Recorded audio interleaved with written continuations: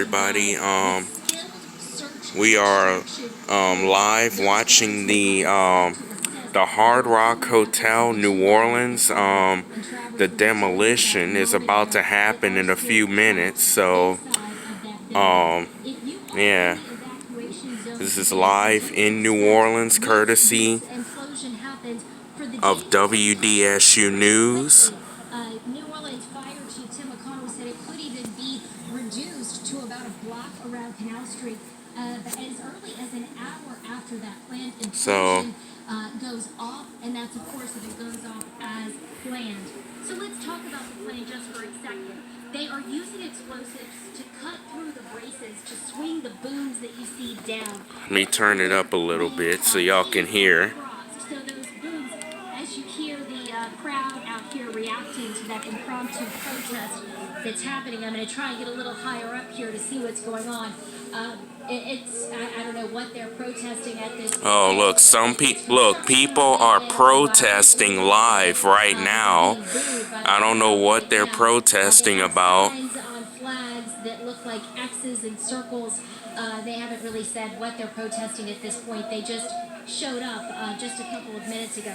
But again, back to the plan today. They want to cut the braces of those booms to change the shape of the crane from a T to an I, and then drop the towers where they stand. Travers, I'm going to send it back to you.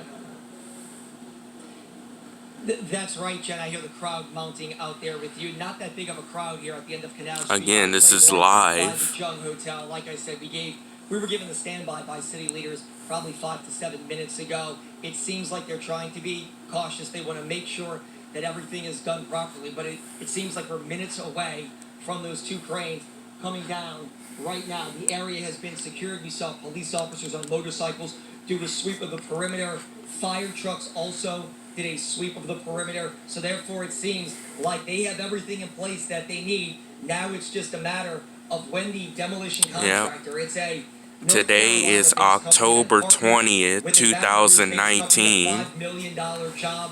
The city declared a state of emergency, as did the state of Louisiana. They hope to be reimbursed by the contractor on this site for that $5 million.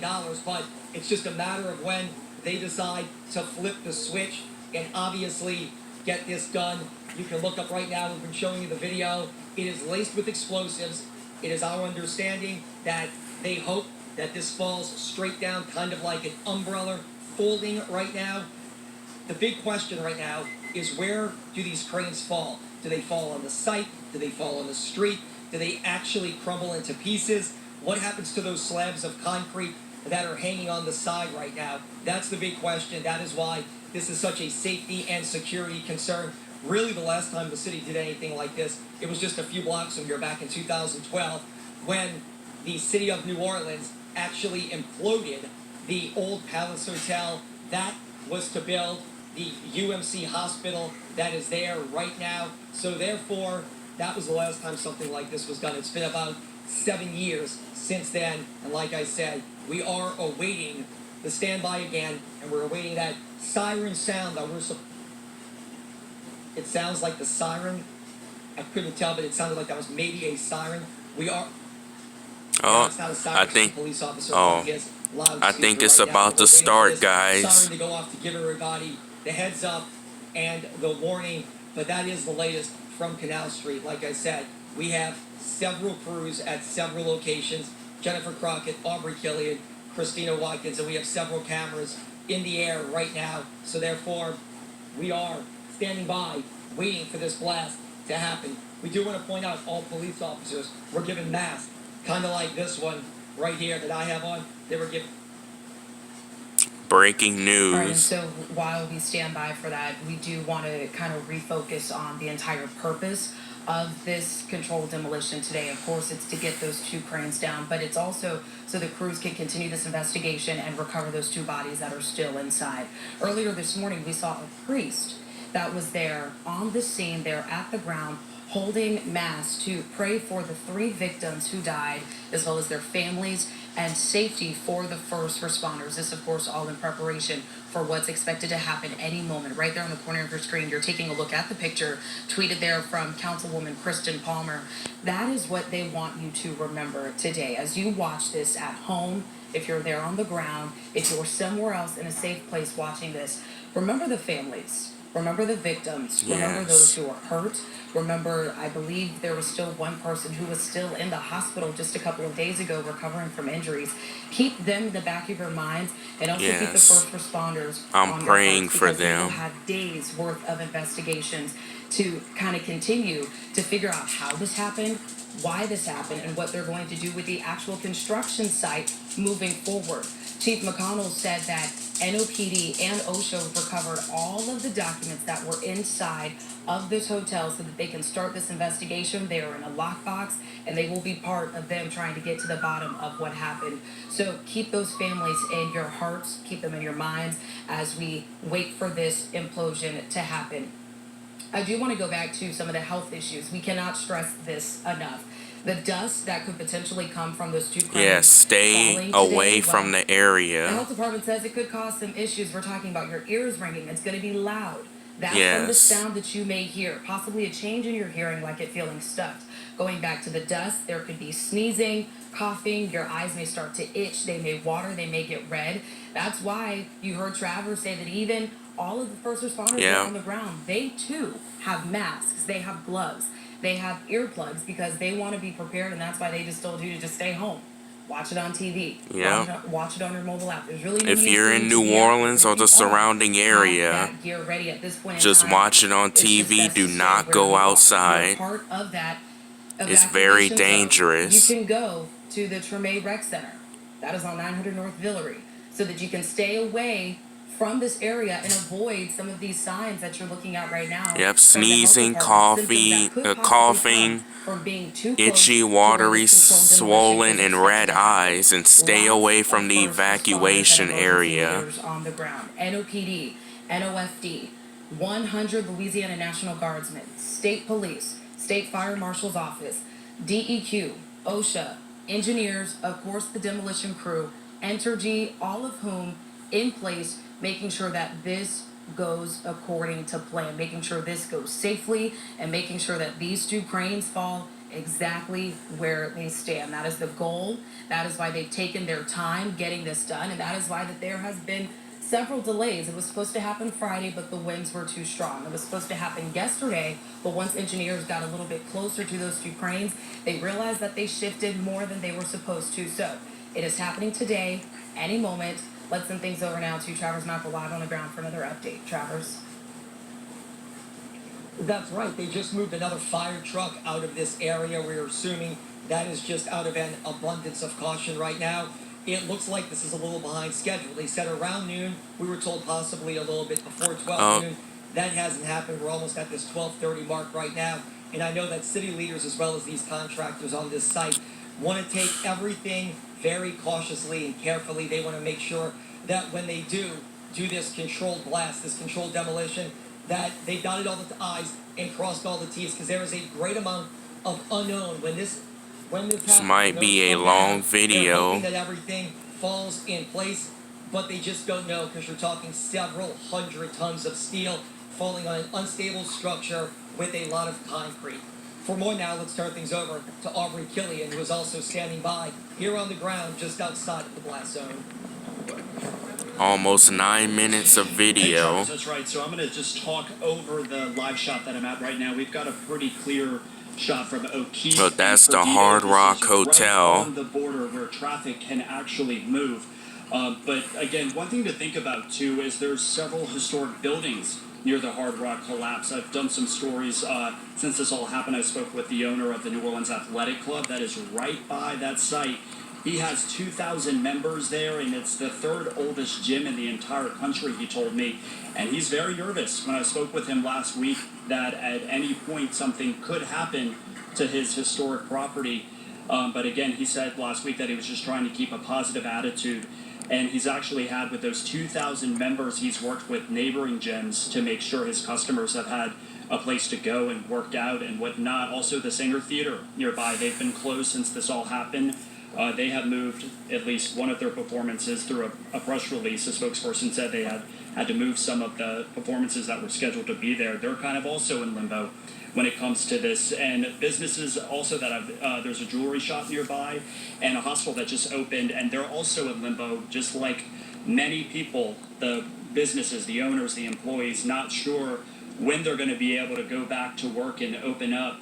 And again, obviously, a devastating situation for them too during this time. And we should also note that it's interesting to see the amount of people that have been coming together during this difficult time. I got to tell you, just a couple minutes ago, a worker from Italian Pie asked us if we needed anything. He came and gave us some water. So in true New Orleans fashion, it is, although this is devastating and heartbreaking, so many people have been coming together during this difficult time and trying to come to grips with this, of course. But again, if you're just tuning in, we are on O'Keefe and Perdido. This is right on the border when it comes to traffic. From speaking to a lot of people today, they've had some pretty big issues trying to get in and around this area. So if you don't need to be on the roads right now, I would definitely wait, because all throughout downtown, the traffic has been pretty rough and difficult to maneuver around. Several hotels guests are obviously evacuated from their hotels and are having to move. We were up much further earlier in the day, but NOPD pushed us back multiple times, making sure that we were safe. One officer said, where we were standing a little bit further up the road, he said he wasn't even going to be allowed in that general area once this does implode. So it just shows how big of a deal this is.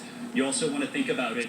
You know anyone who might be trying to watch this and get close to it, you definitely don't want to do that. The best way to honestly do this is just watch this on TV. The loud noises could be severe to your ears. You want to think about that. Also, like Christina mentioned, the air quality could be impacted.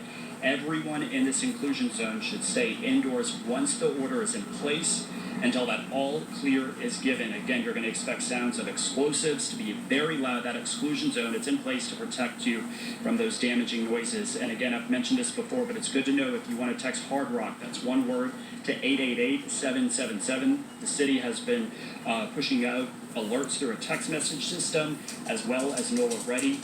But this is a live look. Again, I'm out here on O'Keefe and Perdido. Several people have been kind of gathering minute by minute to watch this. As soon as we know something, we'll keep you posted. Travers, back to you.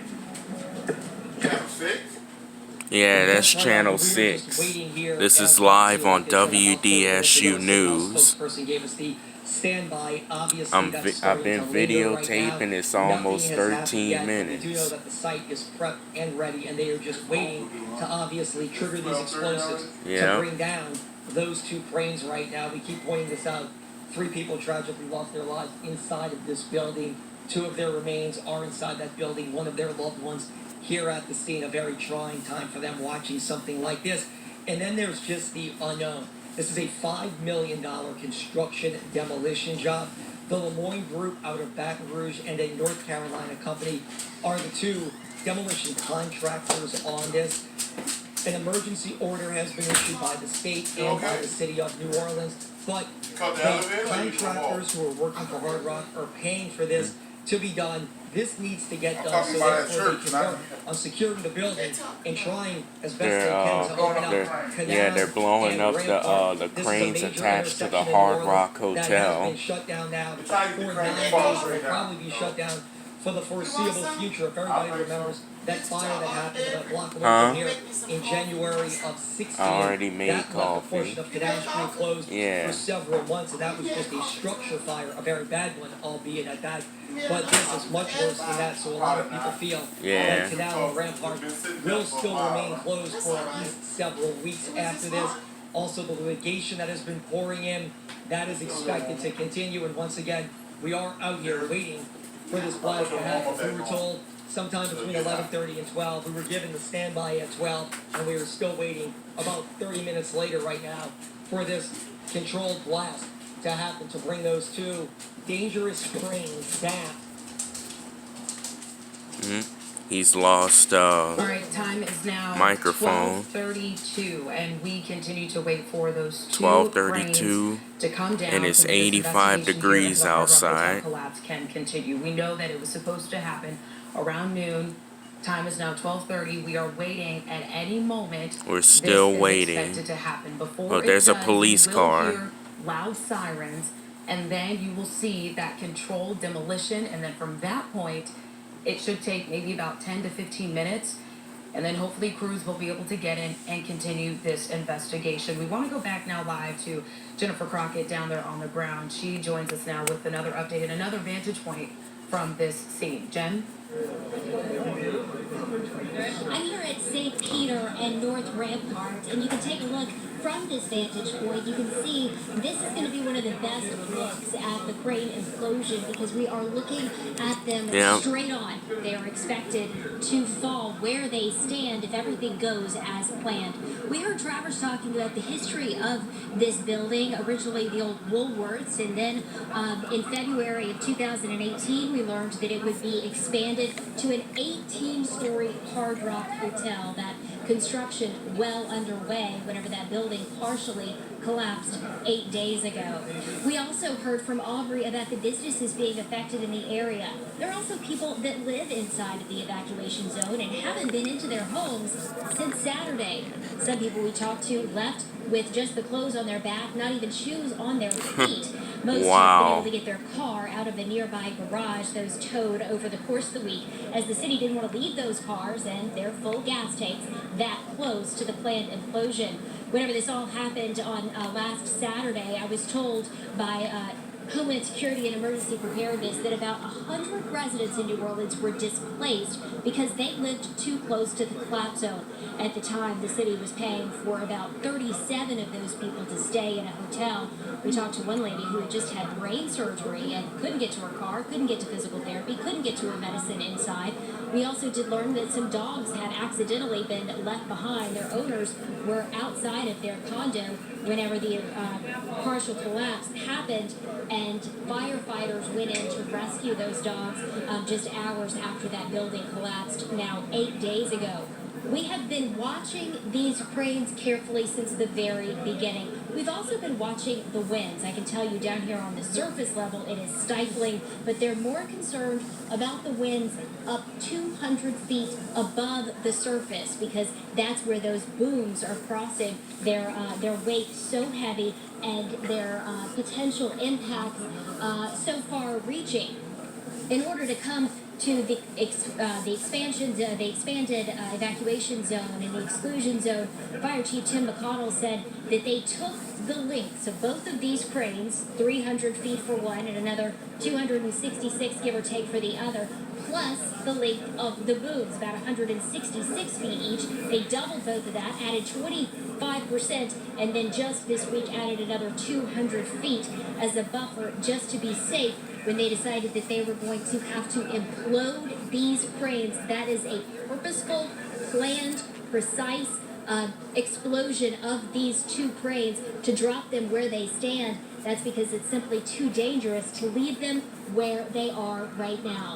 And that's what you're looking at from this side. This is the back side. We were originally told that the crane on this side, that's the taller one that you see, was at most at risk of collapse. We found out later, once engineers who had designed those cranes flew in from outside of the country, that it was actually the forward crane, the one closest to Canal, that they said they were actually shocked was still standing. And as the winds have been changing direction over the course of this week, again, 200 feet above the surface, as those winds have been changing, it's kind of like whittling a tooth, moving the debris that is holding these cranes in place back and forth and potentially making them at even greater risk to fall. That's why they're coming down right now, and that is what you're looking at here on the St. Peter and Rampart side of the partially collapsed Hard Rock Hotel construction site. Travers, I'll send it back to you. Hey there, Jen, and we know that the real danger here is also the fact that one of these cranes, you called it the Charlie crane because it's on the back side of the building, that's what they've named that crane, moved several inches 2 nights ago, and it's our understanding may have moved more last night. It's a real concern that it could fall naturally. That's why they want to do this as part of this controlled demolition, which it's our understanding should happen in the next few minutes. They're a little behind schedule right now. They had expected noon. That hasn't happened just yet. For more, let's go to Aubrey Killian, who's standing by with more people who are watching this. Aubrey? Hey, Travers, so that's right. I'm out here on O'Keefe and Perdido currently. So this is an area, we've actually have a pretty clear vantage point of these two cranes. We are joined by Angie right now. We're going to stay off camera because this shot is so clear. You have been so generous and kind to us. You came by and just offered us some food. You're the manager at Italian Pie. Yes, my name is Angie. I'm at the Rampart location. We're at the corner of kind of where it's blocked off. We have a lot of traffic going past, and I know the news crew's been out here quite some time covering, and we just wanted to help out and pitch in and make sure everybody's good. And you've also been helping police too. Yeah. We've offered, beverages. If anybody needs anything to eat for the first responders or the emergency crews that are stationed here to help everybody out, you're certainly welcome to pop by. Anything we can do to keep you going for your long shift, we're more than happy to help. And this has impacted, you're several blocks away from where the Hard Rock collapse was, but this has impacted you.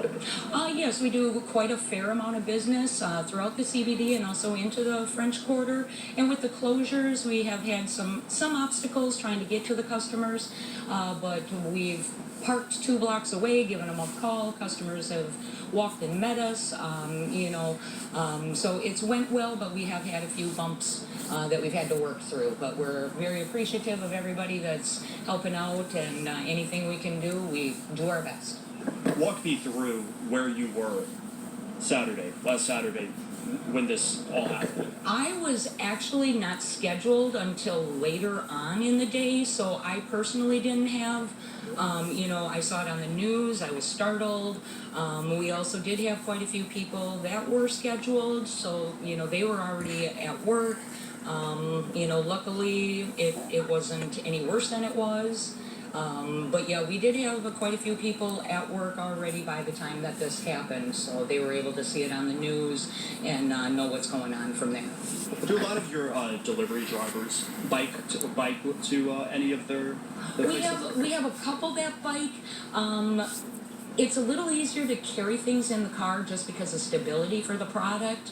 And that's why if we couldn't get in, we parked along the side street, called the customers, and we would just walk it a couple blocks. But we do have a couple people that have used a bike when it's been totally impassable. And I asked that because the morning this actually It's been going on for 22 minutes, and they still haven't brought the cranes down yet, so just bear with me. Just bear with me, people. It's incredible to think that Told you it's gonna be a long video. About 20 minutes, 30 minutes, before it happened. Yeah, I have a lot of friends and former coworkers that were probably just starting their day in the French Quarter. A lot of people were just driving to work at that time, trying to make their 10 o'clock shift. So, luckily, no one that I immediately knew was hurt, so I was very thankful for that. But I know it's hard for the workers in the French Quarter, when things like that definitely impacts them, not only their job, but their lives as well. Touch on how are your friends being impacted financially right now? I would imagine a lot of businesses are being impacted because of the closures, and it's hard to get to certain areas. Yeah. I think everybody has managed to still keep their shifts. I'm sure the managers, have advised everybody. Mostly it's just not able to get there on time. Buses' schedules are a little different, the traffic, so it's really just, I think, more of a timely thing. And if anybody feels unsafe, I'm sure, nobody's going to ask them to come to work. And wrapping up real quick, touch on just the emotions in your heart, knowing there's 2 people. Yeah, definitely. Like other people have said, brings back Twin Towers and, other tragedies that we've experienced, in our past years, and it's definitely something we all have our heart very close to. Absolutely. Angie, thank you so much for your time. I really appreciate it. We're going to toss it back to Christina in the studio. All right, Aubrey, we've seen so many different businesses and organizations coming together over the last week to help first responders on the ground, help out the victims, help other businesses that have been impacted. And Aubrey, as you just mentioned there, another business there offering media there, whatever they can do to help you all as you stay on the ground and cover this for people at home. Speaking of being on the ground, let's go now to Jennifer Crockett. She is there with another vantage point on things. Jen? Christina, I want to give you an update on the traffic situation right now. There's a mail truck who's been stationary for at least the last 30 to 45 minutes. The roads here near Armstrong Park in the French Quarter are impassable right now because there are so many people in the street. We're taking a live look right now at the hundreds of people who are out here right now waiting to watch what they're calling history. They want to see a 308-foot tall crane implode. Another crane, 266 feet tall, is expected to drop where it stands at any moment. Of course, these cranes are coming down to preserve safety on the ground underneath, and also the recovery operation that is still going on inside of that building. Everyone has been removed from the building right now as they prepare to implode those cranes. But as soon as this goes off, if it goes off as planned, they want to get those crews back in there to try to search for the two people who died and their bodies were still trapped inside. First responders know the location of one of the bodies, but the location of the other is still unknown. We do know that they are both believed to be above the 8th floor inside of the collapse zone as you take a live look at the building right now. And you're too far away to see it, but I can describe what I can see here on the ground. There's cement blocks that have been dangling off the side of those just sides of debris that are dripping down the side. It looks like a landslide down the side of that building. And the only thing holding those cinder blocks in place, I'm told, is friction. There's also a huge U-shaped steel beam attached to the boom of one of those cranes. That's been dangling as the wind kicks up and dies down over the past 8 days. That's something that is also making this even more tricky. They're trying to drop the crosses, the booms, that's the T that makes the T shape in the orange cranes that you're looking at right now. They're trying to drop those first in an operation called Closing the Umbrella. That's as Drew, if you want to turn around real quick, they're trying to clear the street right now. Yep, there's the fire truck right now. The alarms right now, they're getting the street cleared so that that fire truck has a clear route out of here in case there is an emergency. You can see dozens of people out here right now, hundreds of people really waiting to watch what they are calling history in the making. We are told that this is a very fluid situation because this is probably going to be the longest video on my YouTube channel. Yeah, it's about to happen. Preparedness director said, quote, "Sometimes seconds, things can change just in seconds." So there are going to be a lot of eyes looking at where those black mats of explosives have been placed at particular points in braces on those cranes.